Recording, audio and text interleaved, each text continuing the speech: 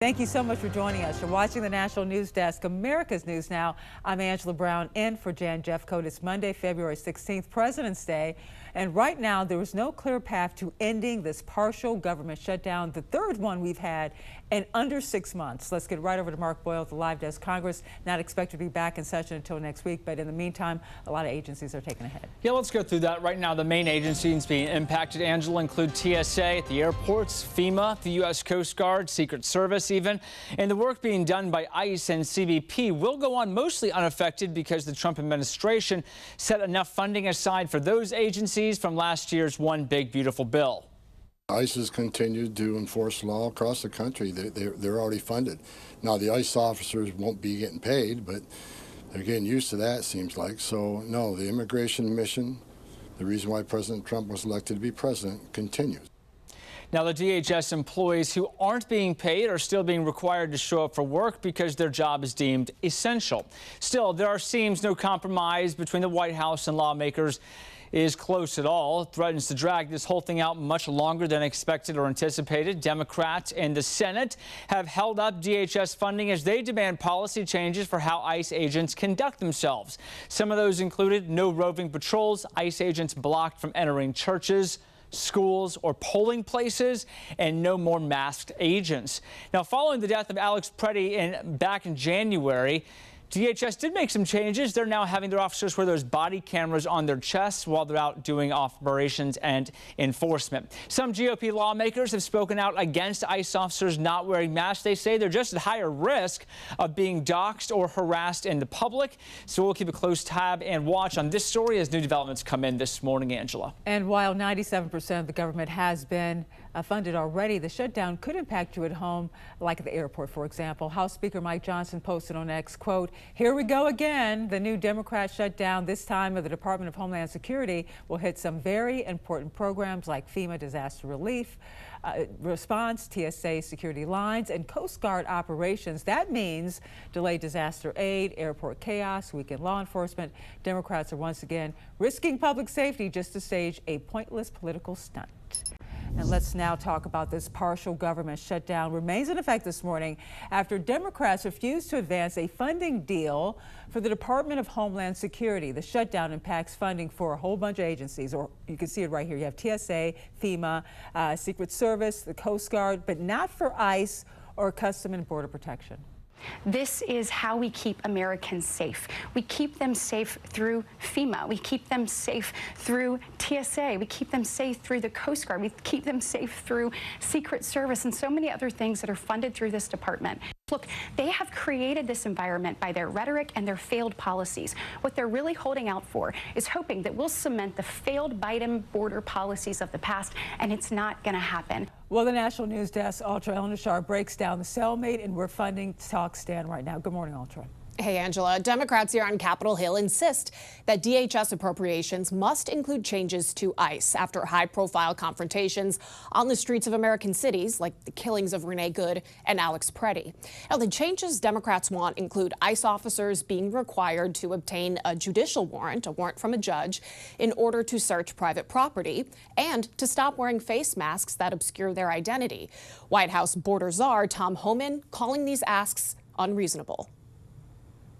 We have a rogue agency. Why don't we rein them in? That's what the American people are asking Republicans. If this was really a serious conversation, they wouldn't be holding the TSA workers or FEMA or the Coast Guard hostage over something that cannot be done by the ridiculous shutdown of DHS.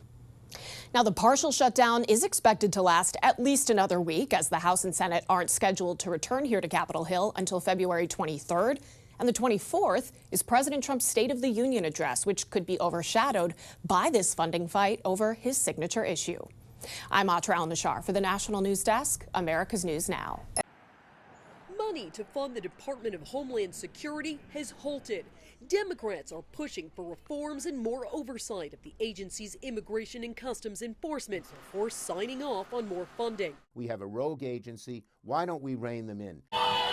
The demand for change comes after federal immigration agents fatally shot 2 U.S. citizens last month. Alex Preddy and Renee Nicole Good were killed by DHS agents during protests in Minneapolis. Their deaths sparked nationwide outrage over ICE's handling of protests. As a result, Democrats say they want to see a slew of policy changes, including tougher new use of force guidelines. But the Trump administration says those policies are already in place. Border Patrol and ICE both have use of force guidelines. They both have operational instructions on, use the minimum force necessary. Senate Minority Leader Chuck Schumer says Democrats also seek no roving patrols, ICE agents blocked from entering churches, schools, or polling places, coordination with local agencies, and no more masks. In response to the January killings, DHS Secretary Kristi Noem announced earlier this month that all DHS agents in Minneapolis would wear body cameras, with the program gradually expanding nationwide. But she did not change the mask policy. What are you going to do, expose their faces so you can intimidate their families? A recent poll asked independent voters their thoughts on ICE's enforcement of immigration laws. 71% thought they'd gone too far. I'm Jen Sullivan reporting. Desde el fin de semana, el Departamento de Seguridad Nacional se quedó sin fondos para operar, y esto porque se venció el plazo de las 2 semanas de negociaciones entre demócratas, republicanos y la Casa Blanca para darle más fondos a esa agencia hasta finales de septiembre, cuando termina el año fiscal 2026, y en parte porque lo que los demócratas estaban tratando de conseguir con esta negociación no se logró. Entonces simplemente no se permitió entregarle más fondos al Departamento de Seguridad Nacional. Todo alrededor del comportamiento de los agentes federales de la patrulla fronteriza y de ICE específicamente después de lo que ha ocurrido en Minnesota y en otros estados de los Estados Unidos.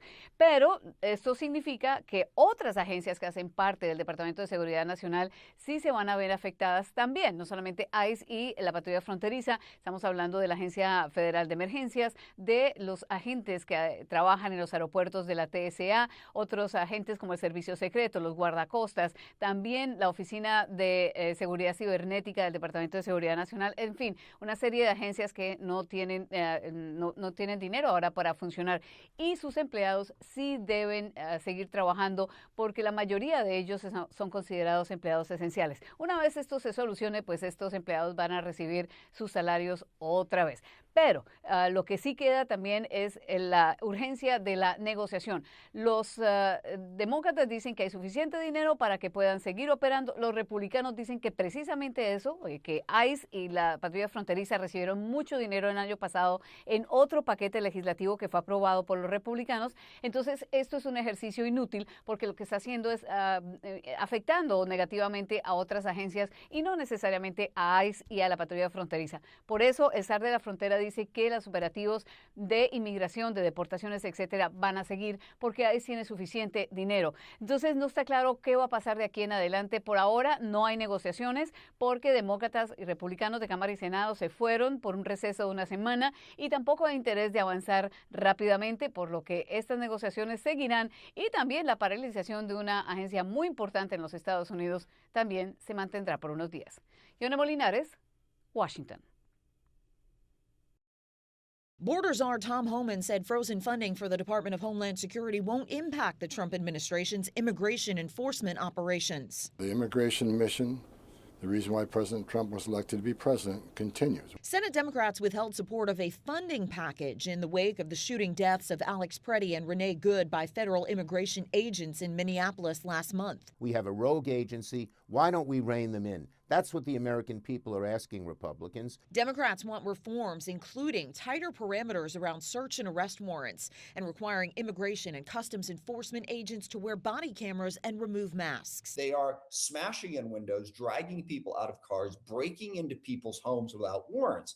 We need protection against that. Republicans note ICE is already funded via last summer's so-called Big Beautiful Bill, and other DHS agencies will feel the shutdown's brunt. This whole thing about shutting down DHS to prove a point, I think it's political theater, to be honest with you. Meanwhile, Homan said he's boosted internal affairs personnel in Minnesota to investigate misconduct allegations among immigration enforcement officers. I said I was bringing in more internal affairs officers to review the allegations, and those allegations are now being investigated. Most DHS personnel are considered essential, meaning they're on the job but without pay until a funding agreement is reached.